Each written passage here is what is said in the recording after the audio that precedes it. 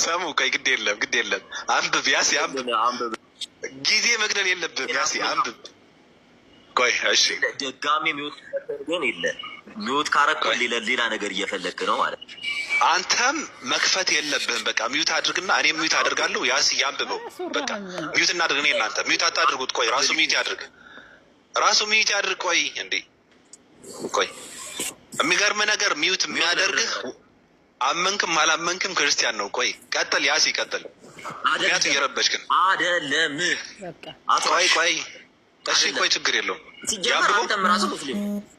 እሺ ነኝ ችግር የለውም ያንብበው ከመጀመሪያ ተግድ የለም አንብብ ሚውት እናድርግ አንብብ ሙስሊም ለአለ ይህም አባት በብህንሳ አገር ነበር። ጎልማሳ በነበረ ጊዜም ነፍሱን ሊያድናት የሚሻ ይጣላት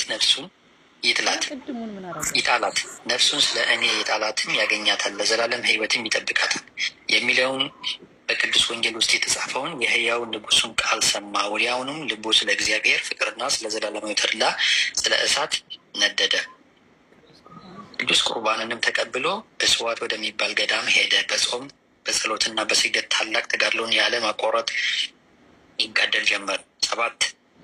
ሰባት ቀንም ይጾም ነበር። የእግዚአብሔር መልአክ ተገለጸለትና የምንኩስና ልብስን ያለብሰው ዘንድ ወደ አባ ኢስሮዶስ እንዲሄድ አዘዘው። እርሱም መልአኩ እንዳዘዘው ሄደ። አባ ኢስሮዶስን በልብሱና በአስኬማው ላይ 40 ቀኖች ጸለየ። ከዚያም በኋላ ልብሱንና አስኬማውን አለበሰው። በገደል ወጥመድ መጠመድን ጨመረ። ከዚህም በኋላ በመምህሩ ፈቃድ ገድል ቆይ ይቅርታ፣ በስርዓት አንብቦ ገደል ሳይሆን የሚለው በገድል መጠመድን ጨመረ። ገደል ሊያስገባን ነው። አሁን ግድ የለም ሰሙ ሚዩት አድርግ ያለን የምትሉት ቆይ ገደል ሊከተን ነው። ግድ የለም ተው፣ ሀሳቡ ነው ገደል የሚከተን። ቆይ አንዴ ካሌብ ቆይ ይጨርስ። ኢሞሽናል ያደረግከው ልታወራ አይገባም እንዴ? በመሀል መግባት የለበትም።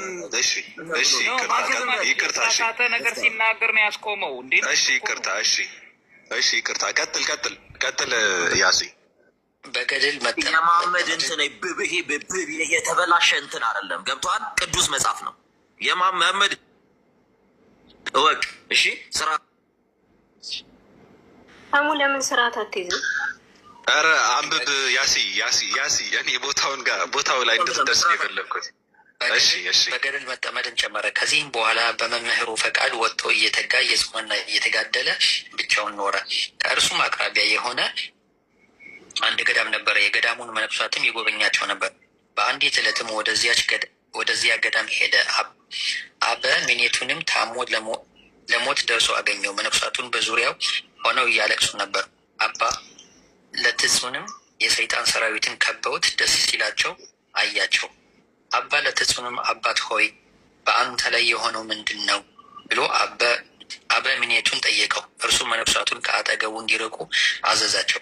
ከዚያም በኋላ ያደረገውን በደሉን ሊነግረው ጀመረ። እንዲህም አለው፣ ከእኔ አስቀድሞ እንደ እርሱ ያለ ማንም ያልሰራው ኃጢአትን ሰርቻለሁና አባቴ ሆይ በጸሎትህ አትርሳኝ። እኔ ቅስና ልሾም ፈልጌ ባልሾሙን ጊዜ ወደ ሌላ ሀገር ሄድኩ። ኤጲስቆጶሱም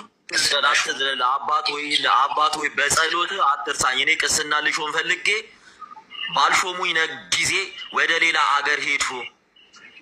ኤጲስቆጶሱም ቀጥል። አንተ አንብበው ሰሙ። ኤጲስቆጶሱም ቁጥ አድርገው እኔ ላንብበው።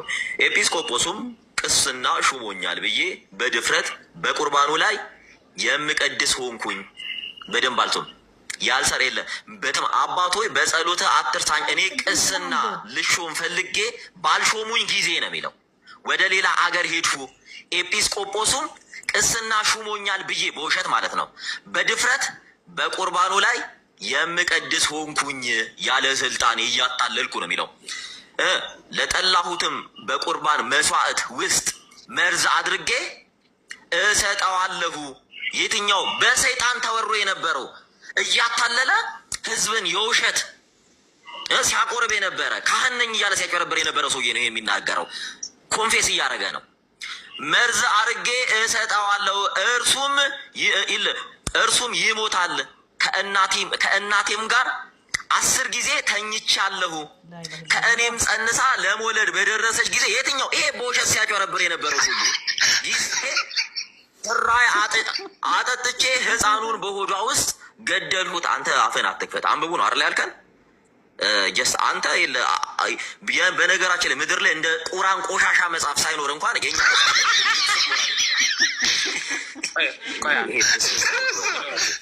ጨርሰው ወይ በቃ ካሌብ ስለ ርዕሱ አውራሽ ይቅርታ። እሺ በቃ ወጣ ተናደዋል። ራሱን የወጣው ካሌብ ቀጥል። አይደለም አንተ ነው ያስወጣኸው።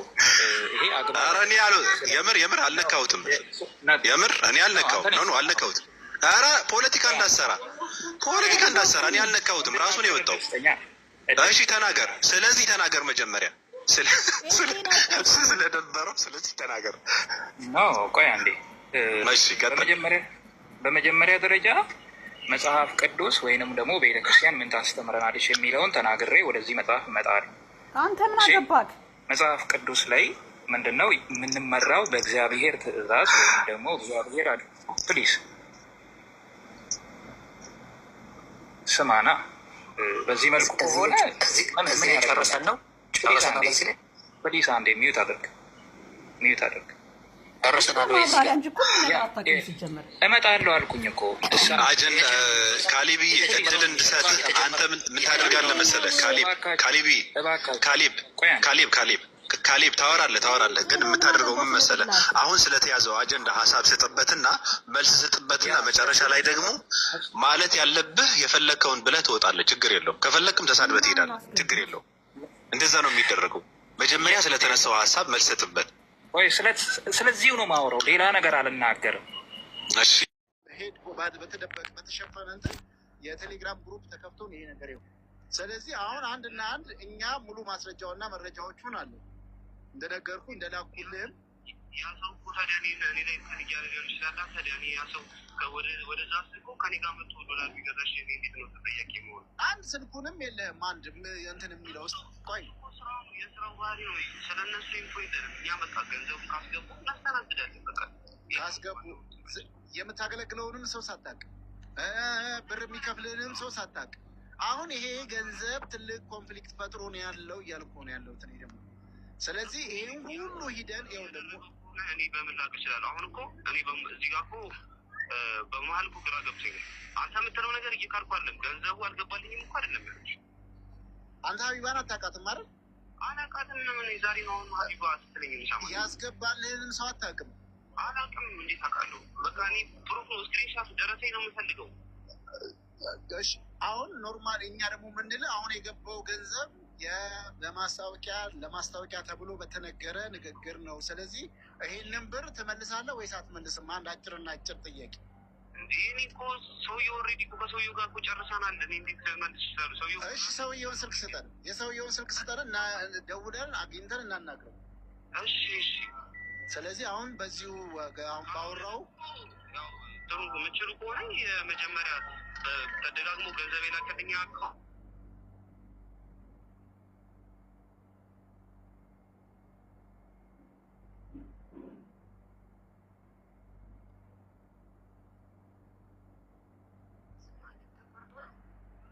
ቤተሰብ ተቆርጧል።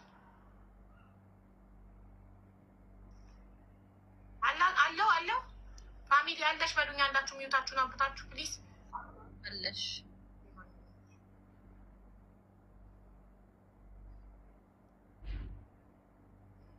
ብሩን ያስገባልኝን አካል አላውቀውም። ማታውቀው ሰው በብር በአካውንት ካስገባ የታል ልጁ አላውቀውም። ማን ያስገባልህ ብሩን አላውቀውም። የማይመስል ነገር ለባለቤት ካትንገር አለ ሀገሬ ሰው።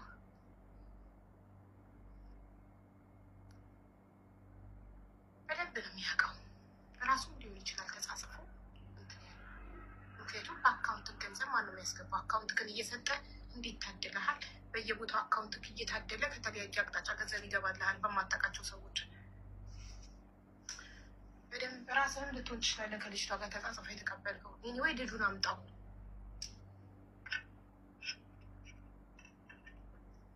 ልቦች ግን አቅሙን በጣም አድንቄያለሁ። በአንድ ቀን ባንክ ሄዶ ፎቶውን፣ አድራሻውን፣ መታወቂያውን ኤቭሪቲንግን ያስወጣው